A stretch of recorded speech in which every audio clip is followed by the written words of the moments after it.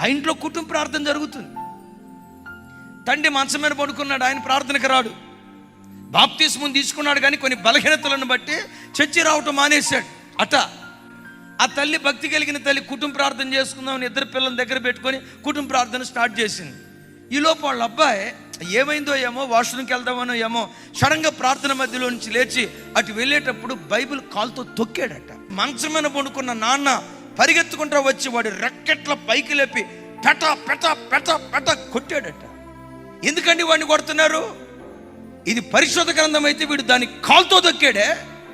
అడంతా అయిపోయిన తర్వాత నాన్న వైపు చూసి అన్నాడట, నాన్న నేను తొక్కింది బైబిలే, కానీ నీవెవరిని తొక్కుతున్నావో తెలుసా? యేసుక్రీస్తు రక్తాన్ని తొక్కుతున్నావు. నేను తొక్కింది కాగితాలు నాన్న, నేను తొక్కింది పుస్తకం నాన్న. నీవేం చేస్తున్నావో తెలుసా? బాప్తిస్మం తీసుకొని మరలా తాగుతున్నావే, బాప్తిస్మం తీసుకొని మరలా సినిమాకి వెళ్తున్నావే, బాప్తిస్మం తీసుకొని దేవునికి శత్రువుగా బ్రతుకుతున్నావే. నీవెవరివో తెలుసా? దేవుని కుమారుని నీ పాదముల కిందేసి తొక్కేవాడివి నాన్న, నన్ను కొట్టేవే. మరి యేసుక్రీస్తుని పాదాల కిందేసి తొక్కే నిన్నెవరు కొడతారు నాన్న? ఆయన కాస్త మనస్సాక్షి కలిగినాడు, ఆ తండ్రి మనస్సాక్షి కలిగినాడు. కొడుకు నోట ఆ మాట వస్తే అక్కడికక్కడే కుప్పలాగా కూలి ఏడ్చి, రే నేను నీతిగా బ్రతికేటట్లు నా కొరకు ప్రార్థన చేయరా. భార్య చేతులు పట్టుకొని అడుగుతాడట, నేను నీతిగా బ్రతికేటట్లు నా కొరకు ప్రార్థన చేయండి. ఆ సన్నివేశం ఆయనను మార్చి భార్య పిల్లలతో కలిసి మందిరానికి క్రమంగా వెళ్తూ అకులా ప్రిస్కిల్లాగా మందిరంలో నాటబడ్డారట.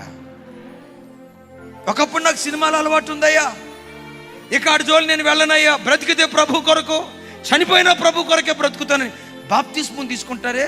బాప్తిస్మం తీసుకొని 2-3 సంవత్సరాలు భక్తిగా బ్రతికి ఏ సినిమా గతంలో వదిలిపెట్టాడో కుక్క తన వాంతికి తిరిగినట్లుగా అదే పాపానికి నువ్వు తిరిగితే, అదే సినిమా హాల్కు నువ్వు వెళ్తే నువ్వెవరివో తెలుసా?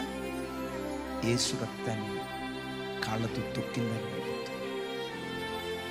ఒకప్పుడు సెల్ ఫోన్ అంటే నీకు ఎలర్జీ.